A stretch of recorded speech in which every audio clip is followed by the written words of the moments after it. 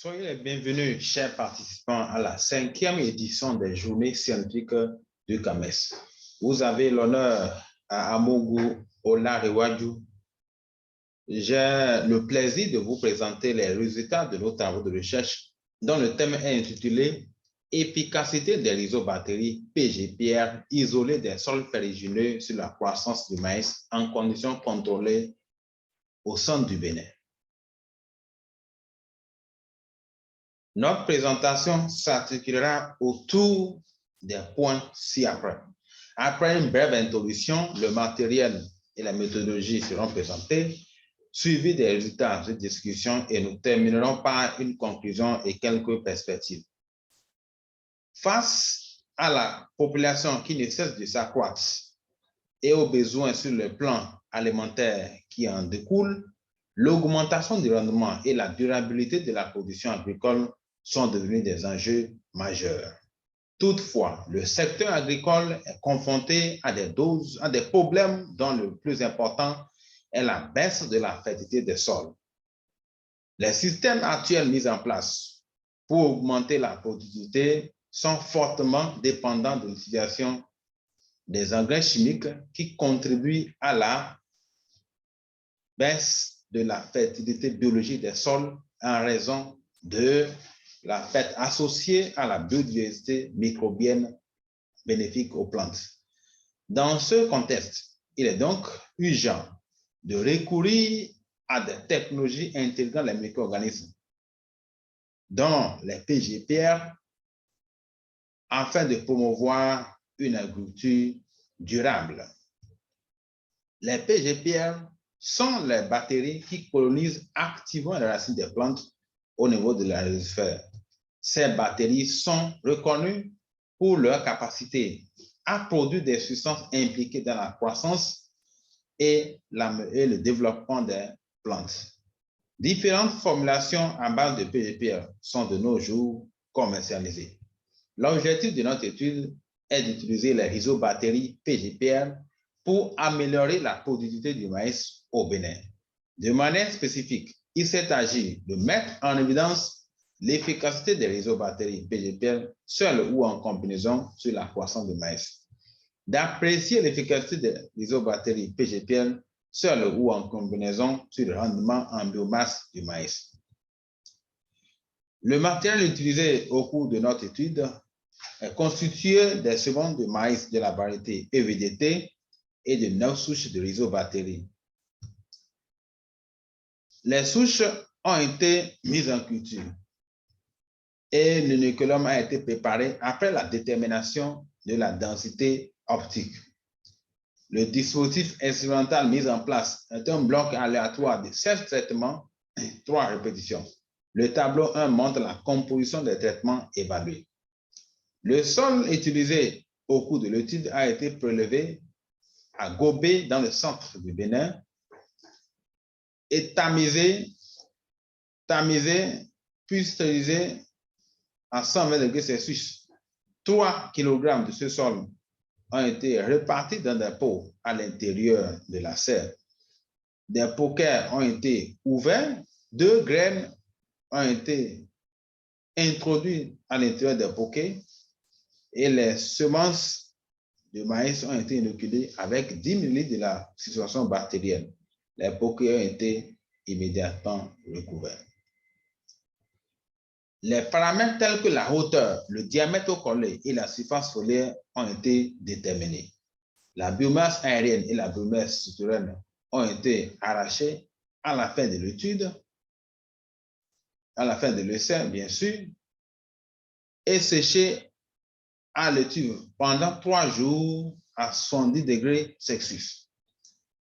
Le poids des biomasses souterraines sèches et biomasse aérienne sèche ont été déterminées. Les données ont été soumises à ANOVA et au test SNK au seuil de significativité de 5%. Les groupes obtenus ont été mis en relation avec les différentes variables grâce à une analyse en composants principales avec le logiciel R. La méthodologie adoptée a permis d'obtenir les résultats ci-après. La figure 13 montre les différents clusters obtenus après l'analyse en composantes principales sur les paramètres. Ceci a permis d'identifier 4 groupes de traitement homogènes suite à la classification hiérarchique en composantes principales sur les moyennes et appliquées aux moyennes des variables mesurées. La figure 14 montre la tendance évolutive de la hauteur. L'analyse de la figure montre que les meilleures hauteurs ont été obtenues avec les traitements de groupe 4, qui ont induit une augmentation de 20,15% par rapport au groupe 1, qui est le témoin. Il faut rappeler que les traitements de groupe 4 sont constitués en majorité des combinaisons de souches de PGPR. Ces résultats se rapprochent des 30,25% rapportés par Mava et collaborateurs avec la combinaison de cérébrales fluorescents et cérébrales putida. La figure 15 montre la tendance évolutive du diamètre au collet. L'analyse de la variance appliquée a montré qu'il n'y a pas d'effet significatif sur les traitements. Néanmoins, les meilleurs diamètres ont été obtenus avec les traitements du groupe 4, soit une augmentation de 21% par rapport au groupe 1. Ces résultats se rapprochent de 26,77% enregistrés par Noavo et collaborateurs en 2013 et ceux de Emami et collaborateurs en 2019. La figure 16 montre l'effet des groupes de PGPA sur la surface foliaire. L'analyse appliquée a indiqué un effet significatif de nucléation sur la surface foliaire des souches. Les feuilles les plus larges des plants de maïs ont été obtenues avec les traitements du groupe 4. Cette amélioration a été augmentée, l'amélioration a été augmentée de 32,67% par rapport au groupe témoin. Ces résultats se rapprochent de ceux obtenus en 2011 et en 2016 sur le maïs et la tomate avec l'inoculation. La performance enregistrée au niveau de la surface foliaire des plants inoculés par les PGPL est indispensable ou est favorable pour une meilleure photosynthèse. La figure 17 montre l'effet de groupe de PGPR sur la biomasse aérienne sèche. L'analyse de la figure montre que l'inoculation induit un effet significatif sur la biomasse aérienne sèche. En effet, les meilleures biomasses aériennes sèches ont été obtenues au niveau des traitements du groupe 4 avec une augmentation de 30,73% par rapport au contrôle. Ces résultats sont similaires aux 33,85% obtenus par Acta et collaborateurs sur le maïs avec la combinaison de rhizobactéries. La figure 18 montre l'effet de groupe de PGPR sur la biomasse souterraine sèche. Il ressort de l'analyse de cette figure que les traitements de groupe 3 et de groupe 4 ont induit des effets similaires, que ces effets sont bénéfiques par rapport au groupe témoin. Ces résultats sont similaires à ceux rapportés par Emami et collaborateurs en 2018 avec la combinaison de Pseudomonas sur le blé.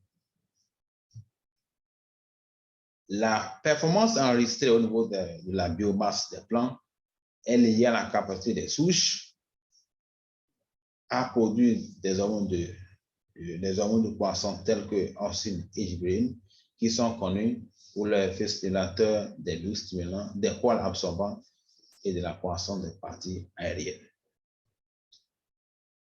En conclusion, les résultats obtenus ont montré l'effet bénéfique de l'inoculation de Bacillus thuringiensis et celle de la combinaison de plusieurs souches de PGPR sur les paramètres de croissance et de rendement du maïs en conditions de serre. Des expérimentations complémentaires seraient donc nécessaires afin d'intégrer ces PGPR pour une production durable et écologique de maïs au Bénin. Merci de votre attention.